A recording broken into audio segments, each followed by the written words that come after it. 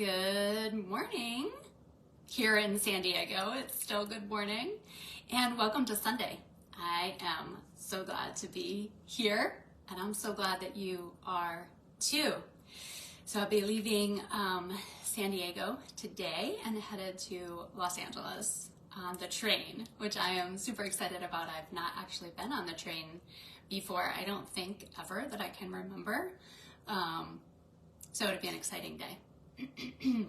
And it's been such a beautiful experience. I've only been gone for less than 10 days from home, and it's been such a rich experience already, allowing myself this space to be led from a different place with great intention, allowing myself to be led by that part of me that is what I call, it's like a prompting, an impulse.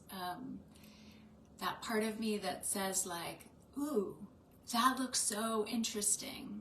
Or, ooh, I'm super curious about that person, that thing, that, site. So allowing myself to really tap into something that's outside of, we'll say, normal everyday routine.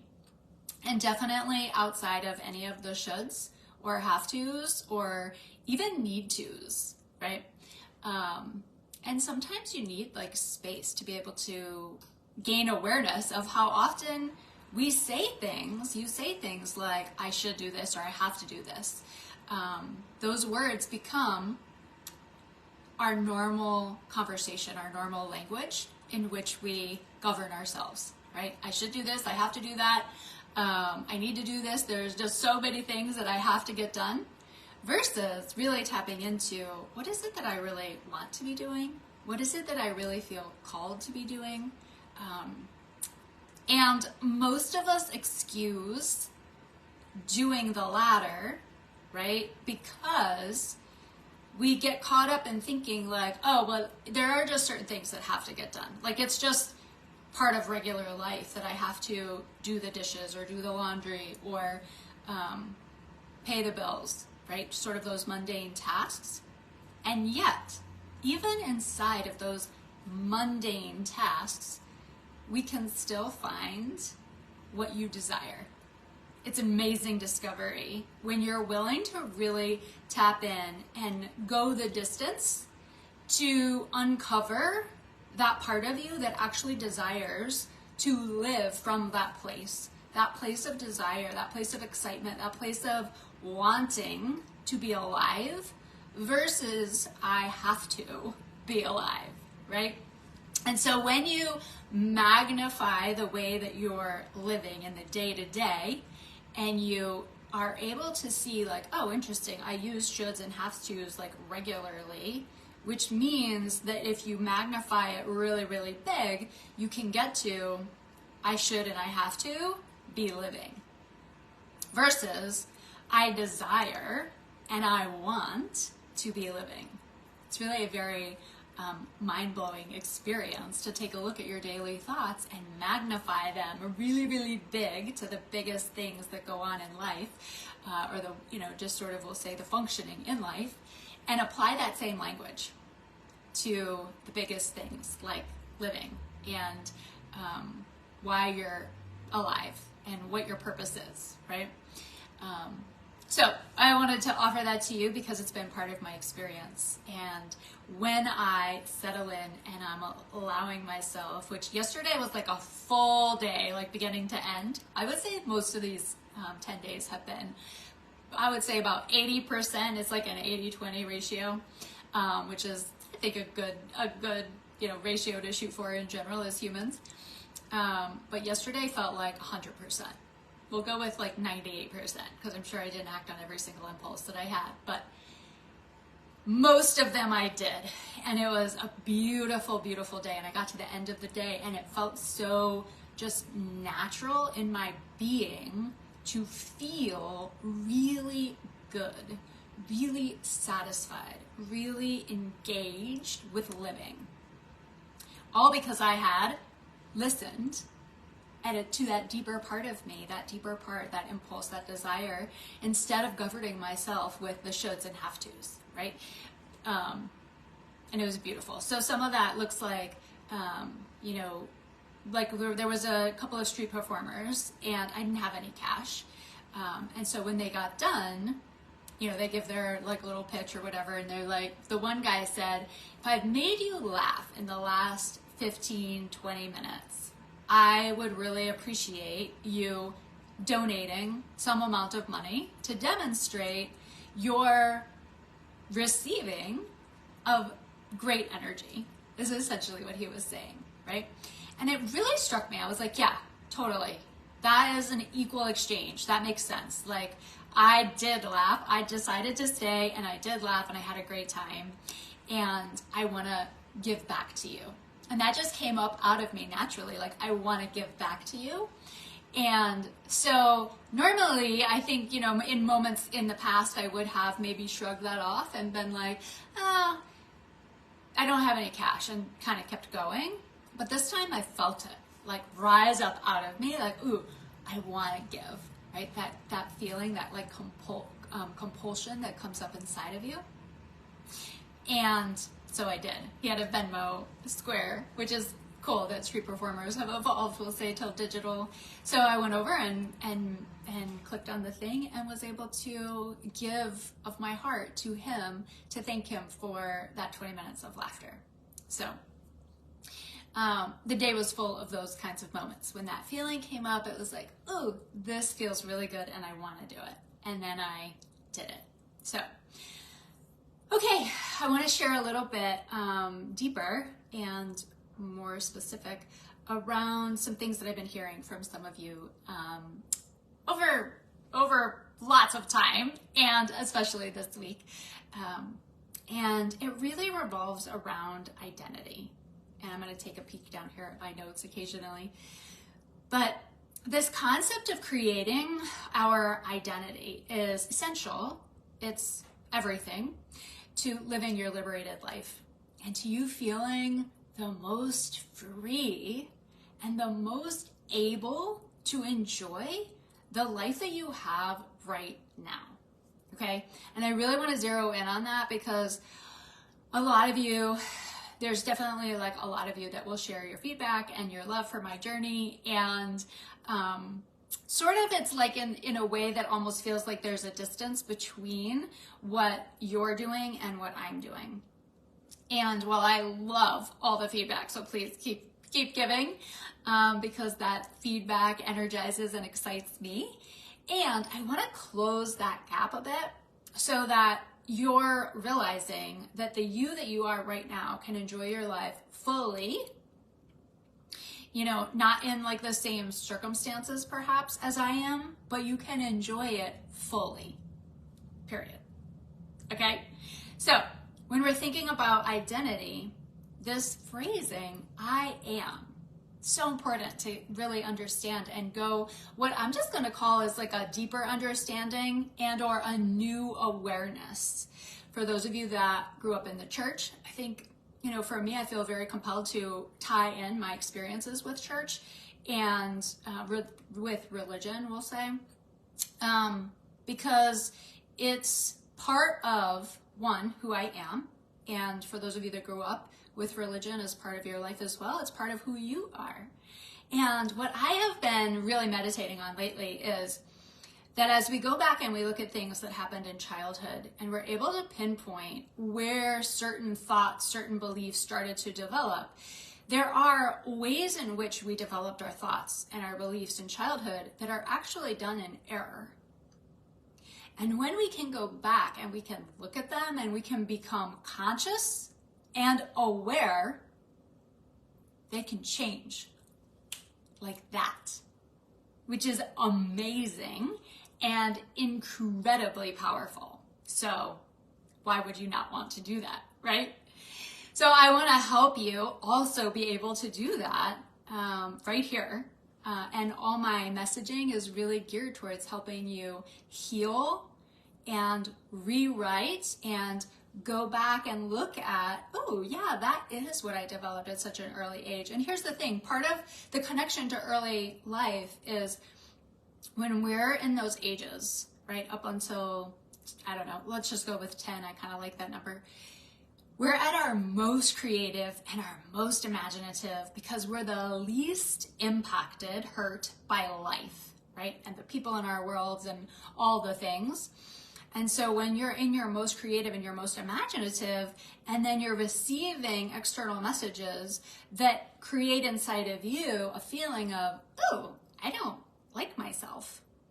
And so maybe you get told you're a really difficult child, right? Or you're too much. Or maybe you love to dance, right? And you're told, oh, that's not quite the right way to dance. You should do it this way. Which is just a subtle way of saying, like, you're doing it wrong. So it's so important to actually go back to those memories when it's the right time so that you can bring healing. And you can go back now as we'll call it just the rational adult, and look at it and be like, oh, I was just dancing, right? As kids will do. And I loved it.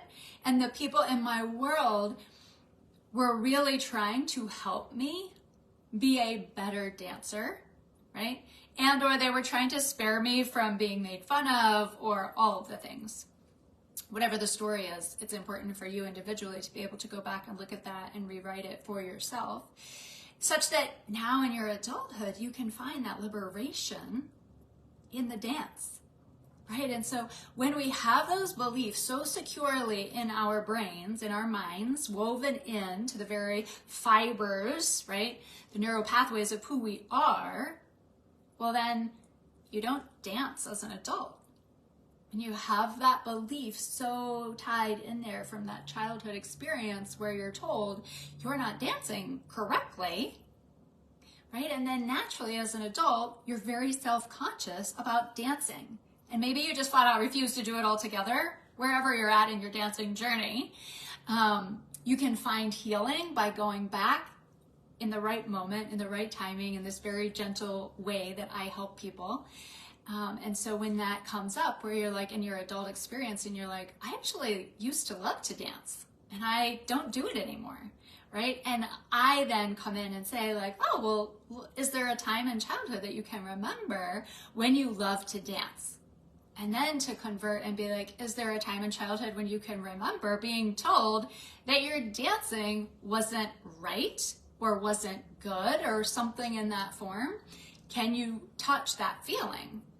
And people come up with it almost immediately. And then we're able to heal. And then you find your own liberation and you go out and take action in such a way and you dance when you desire to dance. That's how it works. So that I am is getting created super early in life, and we continue to hold those beliefs, right? So again, just sticking with I am not a good dancer. How many of you can relate to that statement? I have heard that statement a bazillion times because I love to dance, and often, and I've had to work through my own, fear of dancing as an adult, to now where I hear the music and I just start moving my body. Even yesterday, the street performers were playing music and I'm like, yes, let's dance. But I was aware of how many people had a hard time with joining in the dancing. And so you create that back in childhood where you start to develop this, I am not a good dancer. And we like pick that up, right? We pick it up, we store it there in the mind, and it gets lodged in there. And then you carry it forward. And so when you're in dances, right, throughout schooling and into early college, 20s, all of the years, you think, I'm not a good dancer. And so what happens? You don't dance. You literally stop dancing. And then now as an adult, you still are not dancing. But why, right? And most people have no idea, really.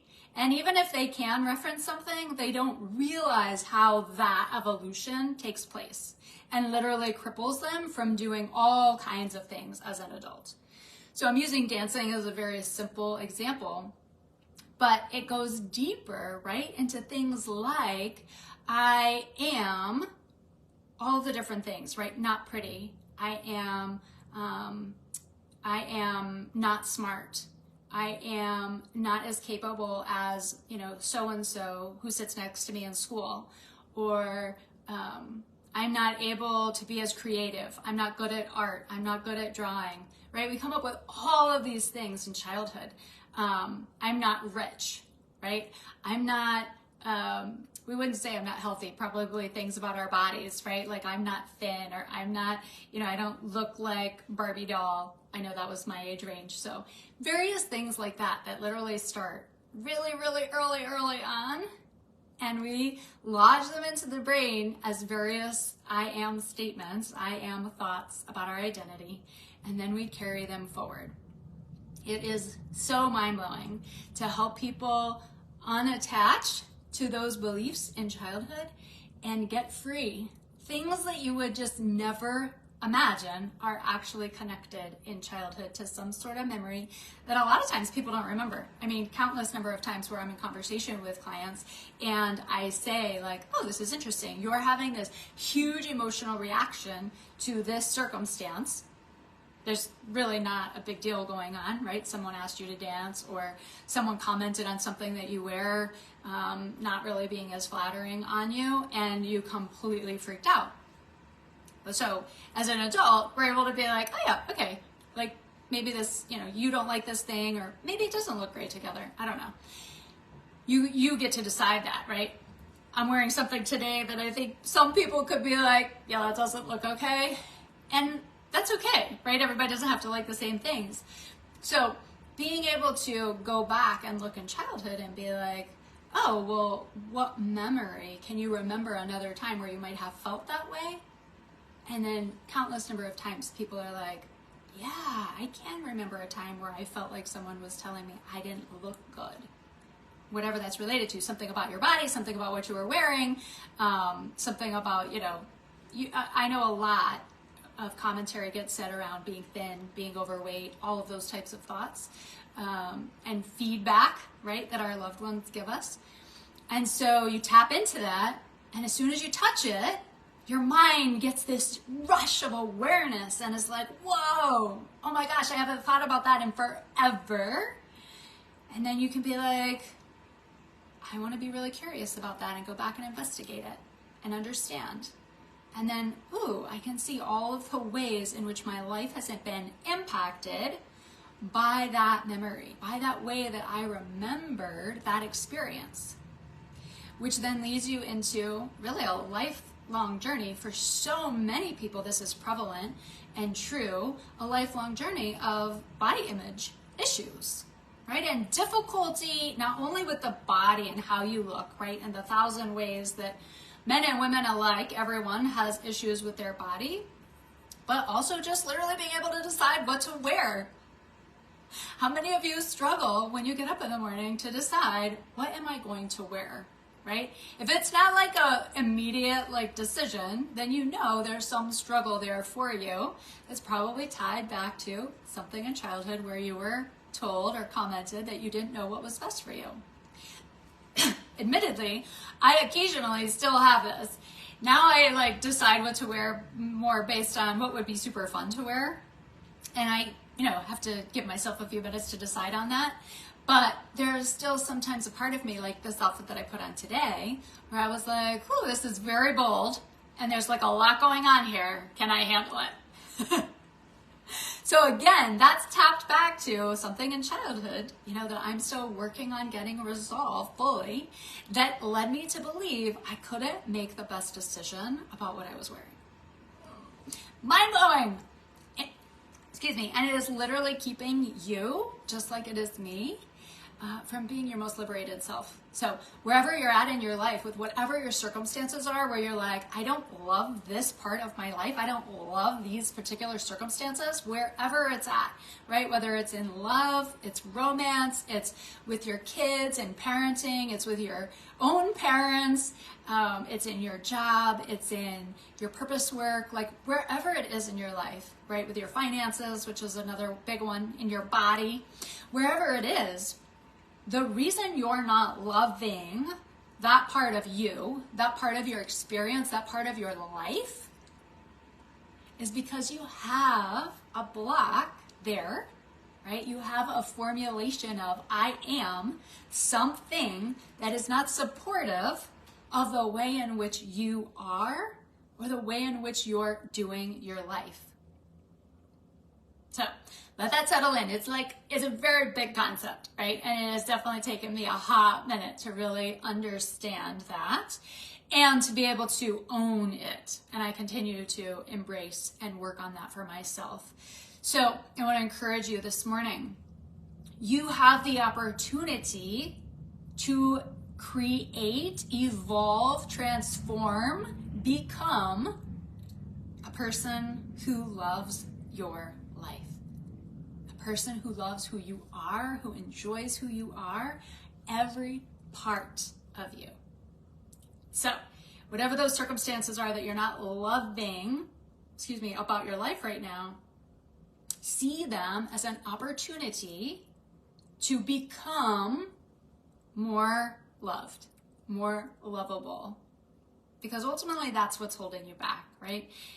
It always comes back to the way we view ourselves, which then becomes what we project out into the world. So, which ultimately creates the circumstances that we are in. So, breaking it down, let me just scan here over my notes to make sure I'm giving you the best of what I got.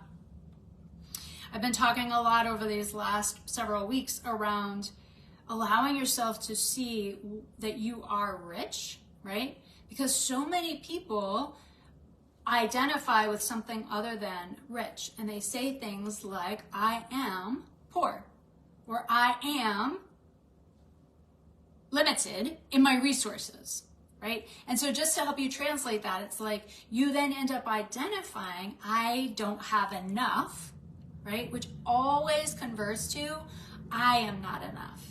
You may not think that way consciously, but it always translates in the mind, right? Because the subconscious part of your mind is always generalizing to keep you safe. And so those places where you're like, oh, I don't have enough money, it gets translated into your brain, to the way in which you see yourself, therefore the way you see the world, as I am not enough.